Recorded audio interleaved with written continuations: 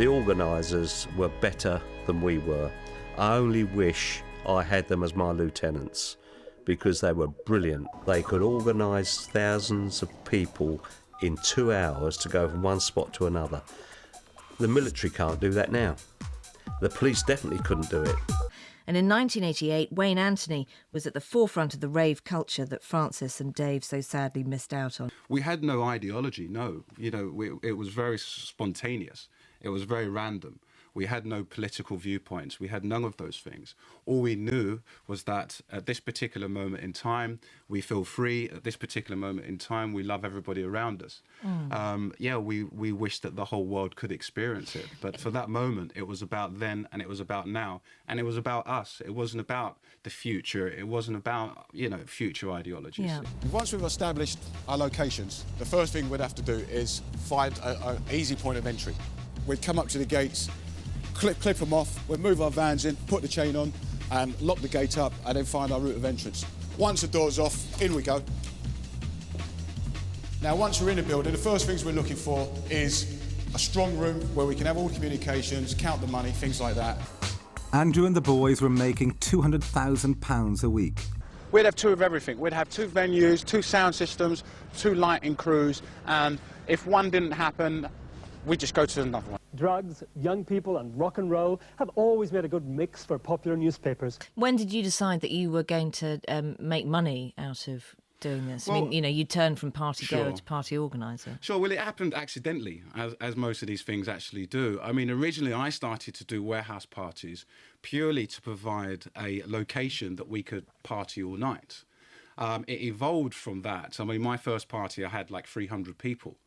My third party, I had 3,000 people. So really, I didn't go into it as a business per se. I actually did it because I loved doing it. It just so happened that the parties were very successful. And, we went from 300 people to 10,000 people in a very short amount of time. Some newspapers have called acid house music a sinister and evil cult which lures young people into drug taking.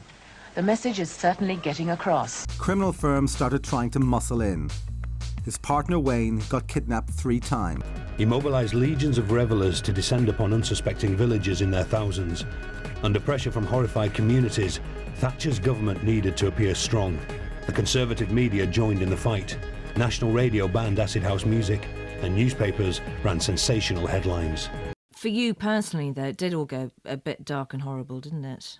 Sure, well, with the sensationalism of the media, with their daily stories of, promoters earning £500,000 in a night and things like that. Yes, it attracted every single criminal element in the country. We're talking about bank robbers that would rob banks for £10,000 or £20,000.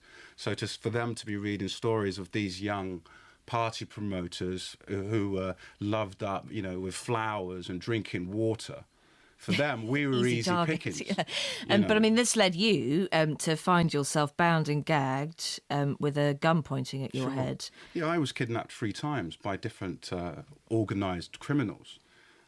Yes, I was kidnapped from my house. I had hoods over my head, guns in my face, knives to my throat.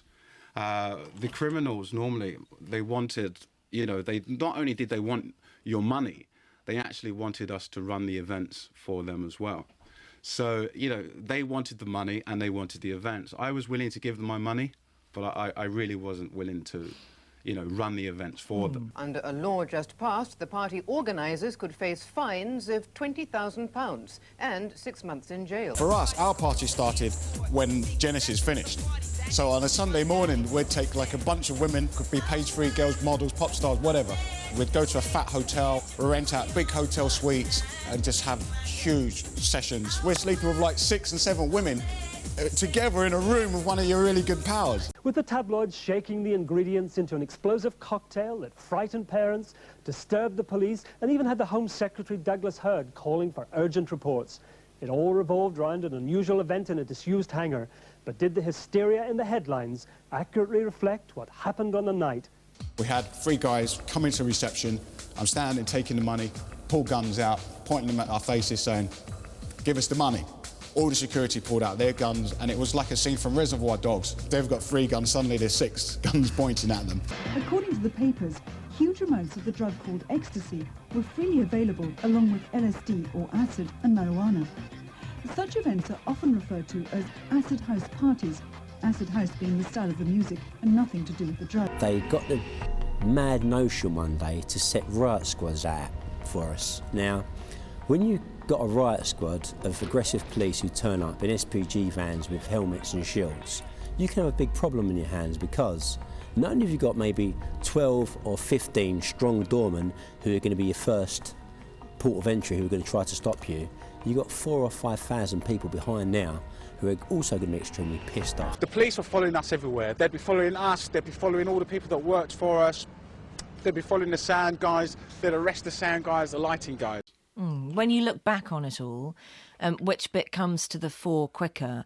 The feeling of love and release and happiness, or the feeling of persecution and thuggery and nastiness? Well, the fact is, the thuggery part was a very small part of it.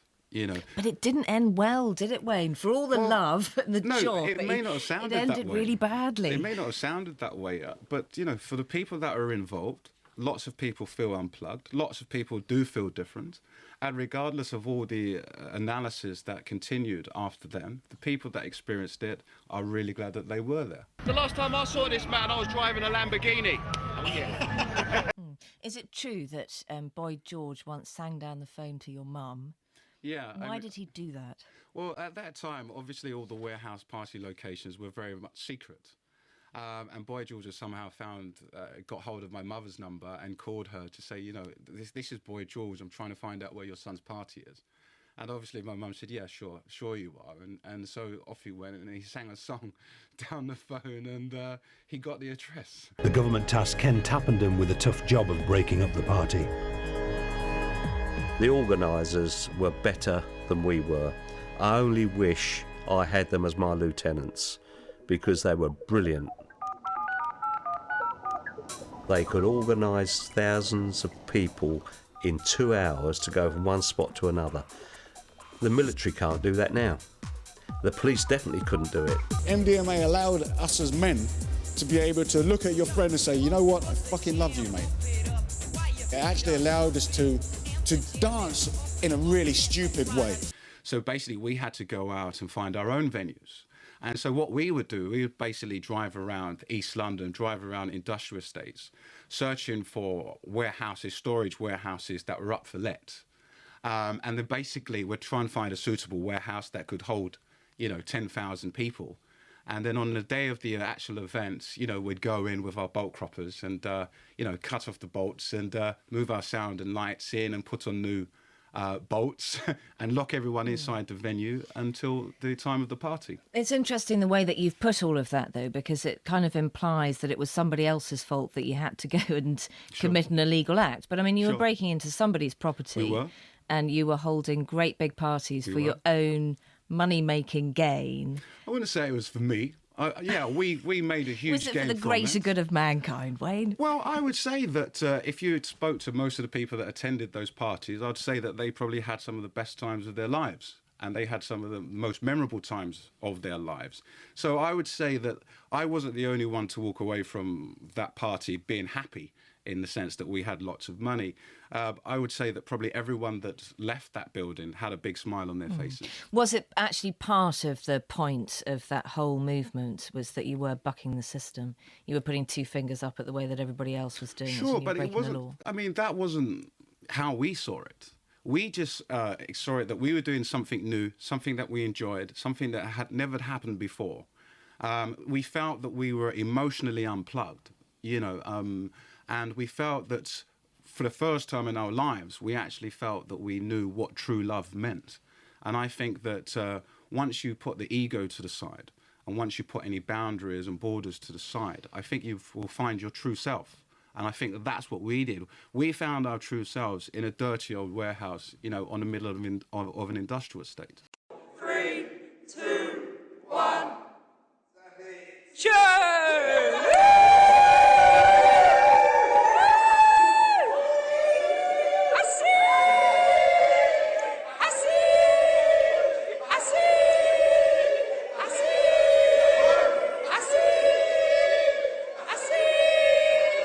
Raves changed lives. It changed mine forever. I became a less judgmental, more loving and hopeful person because of it. I wish I could say the same for both of the presenters of the programme who obviously missed out and haven't got a clue. Dig into what the system did to the movement, especially the alcohol industry, and maybe don't be so patronising in future. The party took place here, infiltrated by reporters from the Mail and the Sun. The organisers kept the location secret until the very last moment, which was the main reason, according to the papers, why there were so few police here and they were unable to act. We're only trying to do some parties, and that's what I would say to them. You know, we're only trying to do some parties, man. Yeah, it's no big deal.